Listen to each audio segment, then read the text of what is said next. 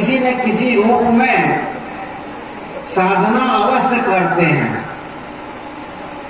तो साधना जब आप करते हैं तो आप सभी के सभी साधक हो गए, और जितनी माताएं हैं, बहनें हैं, वे साधिका हो गई। तो साधना क्या है, साधना कैसे की जाए, यह बहुत बड़ा प्रश्न है।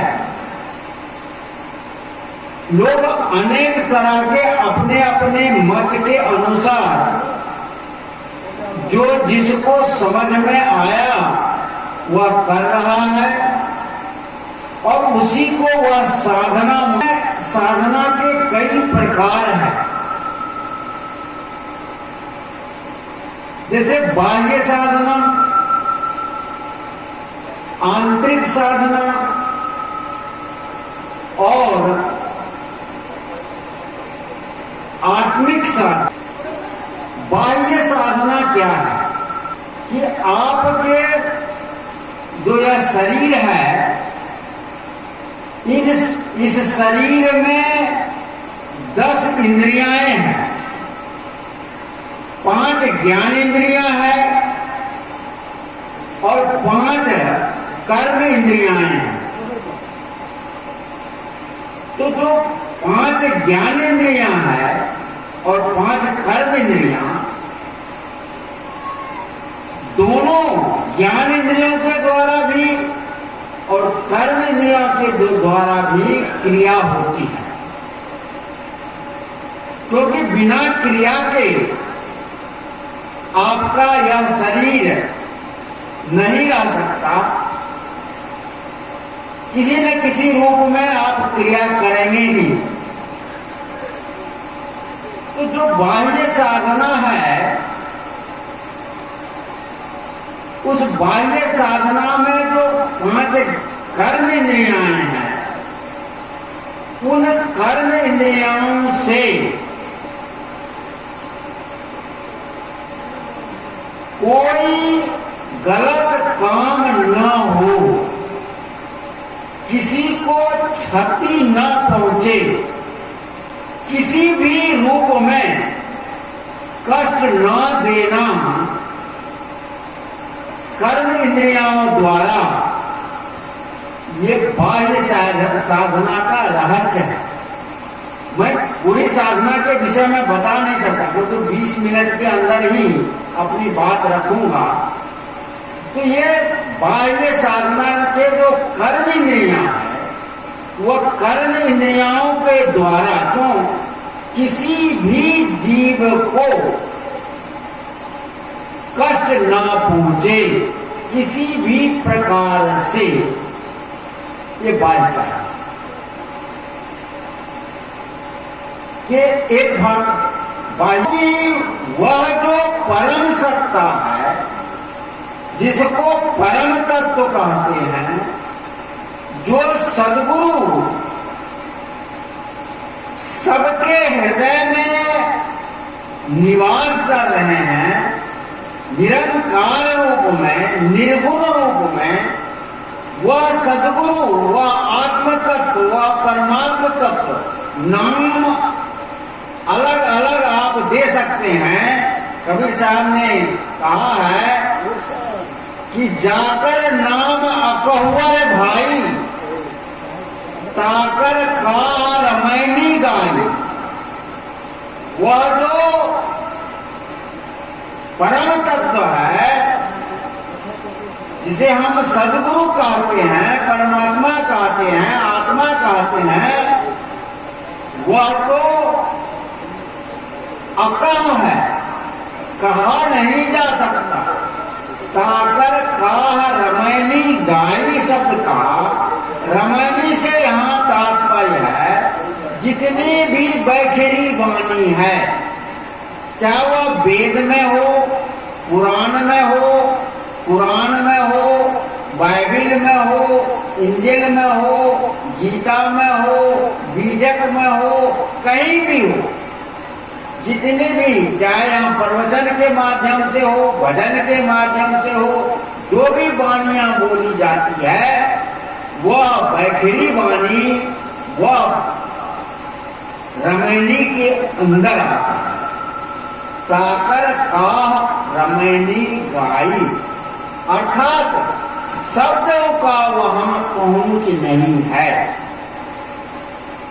कोई भी शब्द उस परम तत्व के पास नहीं पहुंच सकती। उस जो परम सत्ता है वहां नहीं पहुंच। तो वही परम सत्ता समस्त प्राणियों के हृदय में निवास कर रहा है। कबीर साहब ने कहा, हृदय बसे कहीं राम न जाना। राम शब्द आप आया, राम शब्द इसलिए कबीर साहब ने प्रयोग किया कि राम शब्द प्रचलित हो गया था धर्म शास्त्र में, अध्यात्म में, इसलिए कबीर साहब ने उसको राम शब्द से संबोधित किया। और राम का अर्थ भी है सब में रमन करने वाला। रमु क्रिया राम धातु से राम शब्द का निष्पत्ति हुआ है। तो का हृदय बसे कहीं राम न जाना, वह सब में निवास करते हैं। इसलिए जो हमारे बाह्य इंद्रियाएं हैं, जो कर्म इंद्रियां हैं, उन कर्म इंद्रियों के द्वारा तमाम किसी भी जीव को कष्ट न दें। दूसरी बात अब है ज्ञान इंद्रियां। ये तो कर्म इंद्रियां हुआ। ज्ञान इंद्रियां जो आपको पंच विषय के अंतर्गत, ज्ञान इंद्रियां में ही पंच विषय है, रूप रस गंध शब्द स्पर्श। तो ये ज्ञान इंद्रियों के द्वारा जो आपका मन, आपकी इंद्रियां जो बहिर्गत होती है, बहिर्गत, चाहे रूप में हो, रस में हो, गंध में हो, शब्द में हो, स्पर्श में हो, उससे निग्रह करना, निग्रह करना वह साधना है, जिसे महर्षि पतंजलि ने कहा योगा चित्त वृत्ति निरोधा।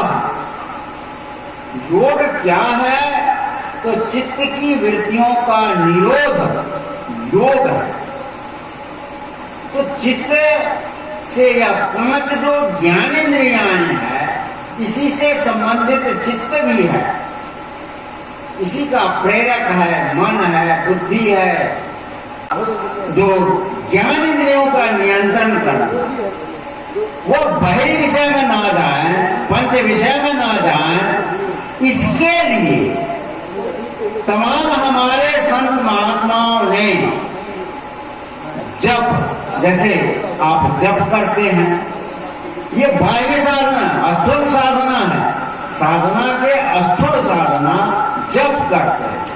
जप, क्या आप राम राम कहें, सतनाम सतनाम कहें, यह पूर्वाग्रह नहीं पालना चाहिए किसी को कि राम राम कहने से ही मुक्ति होगी या सतनाम कहने से ही मुक्ति हो जाएगी। ऐसी बातें नहीं। शब्द शब्द है। कबीर साहब ने कहा है कि राम के कहे जगत गति पावे, खान कहे मुख मीठा। राम के कहने से जगत गति नहीं प्राप्त। राम से मतलब राम शब्द से। राम शब्द, शब्द जो है वो तो शब्द है। राम किसके लिए प्रयोग किया गया, सतनाम किसके लिए प्रयोग किया गया, इस रहस्य को जाने। तो इस रहस्य को जानने के लिए इंद्रियों का संयम होना परम जरूरी है। जो साधना, तो जप भी एक साधना है, ध्यान भी एक साधना है। पूजा आप करते हैं मंदिर में जाकर के, अब कहने स्थूल पूजा है, भले स्थूल पूजा है, लेकिन जिस समय वो घर से निकलता है उस समय उसका मन जो है मंदिर में जाते हम पूजा करेंगे। उस समय चाहे वो राम को मानता हो, कृष्ण को मानता हो, कबीर साहब को मानता हो, हनुमान को मानता, किसी को भी मानता हो, उसका मन उस हनुमान में, उस राम में, उस कबीर में, उस कृष्ण में पियो जाता है और बाह्य दुनिया से वह अलग हो करके एकाकृत हो भाव से वह मंदिर में जाता है। तो वह साधना का एक स्थूल साधना का एक प्रकार है, उसकी भी उपयोगिता है। मैं यह एक बात से आप लोगों को साफ कर देना चाहूंगा कि बड़े बड़े जो महाग्रंथ है उसको हम पढ़ते हैं, चाहे रामायण हो, गीता हो, महाभारत हो, या वेद हो, या विज्ञान का कोई ग्रंथ हो, पुस्तक हो, तो क्या मैं अ आ क ख ग घ जो अक्षर है 34 अक्षर, इसको जाने बिना उसको पढ़ने में क्या? जब भी पढ़ाई करेंगे, कोई भी बच्चा पढ़ाई करता है उसको क ख सिखाया जाता है और तब वो वेद पुराण रामायण गीता पर से आगे उठ करके वो वैज्ञानिक भी हो जाता है, कहां से कहां पहुंच जाता है। लेकिन उस क का महत्व नहीं है क्या? क का महत्व है, ख का महत्व है। इसलिए तो मंदिर में पहले जाते हैं, अपने दिल से जानिए पराए दिल की बात। मैं अपनी बात कर रहा हूं, आज मैं सयाना हूं, आज मैं उम्र दराज हूं, तो ज्ञान की बात आप लोगों के बीच रख रहा हूं। जब मैं छोटा था तब तो मंदिर में मैं जाता था, माँ के साथ, दादी के साथ, दादा के साथ, या अपने परिजन के साथ। तो अभी तो हमारे तमाम संत, छोटे छोटे बच्चे आते हैं, हमारे संत को प्रणाम करते हैं, बंदगी करते हैं, तो कहीं उनके अंदर जो भक्ति की भावना, उसके अंदर जो श्रद्धा की भावना जो ऊंचाई जा रही है, वो अभी साधना है और जीवन में उपयोग है। हाँ, उससे आज आप ऊपर उठे, अच्छी बात है, और ऊपर उठिए, जितनी साधना है करते चले जाइए और आत्म तत्व या परम तत्व जिसको अव्वा कहे हैं, उसमें जो आप स्थिर हो जाएंगे तो आप मुक्त हो जाएंगे, परमात्मा आपको मिल जाएगा। कहते हैं, कबीर साहब ने कहा है, यह मन तो निर्मल भया जैसे गंगा नीर, अब पाछे पाछे हरि फिरे कहत कबीर कबीर। ये मन को निर्मल कर लो,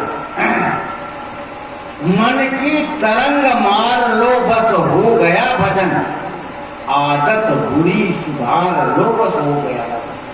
तो ध्यान की आवश्यकता है, जप की आवश्यकता है, पूजा की आवश्यकता है, सब साधना के बाह्य स्थूल रूप है। जब आप अंतःकरण में आते हैं, मैं अपनी बात को खत्म कर रहा हूं, और इससे सूक्ष्म साधना की ओर आप जाते हैं, तो तन से ऊपर उठ करके, इंद्रियों से ऊपर उठ करके, मन से भी ऊपर उठना, क्योंकि मन भी बंधन की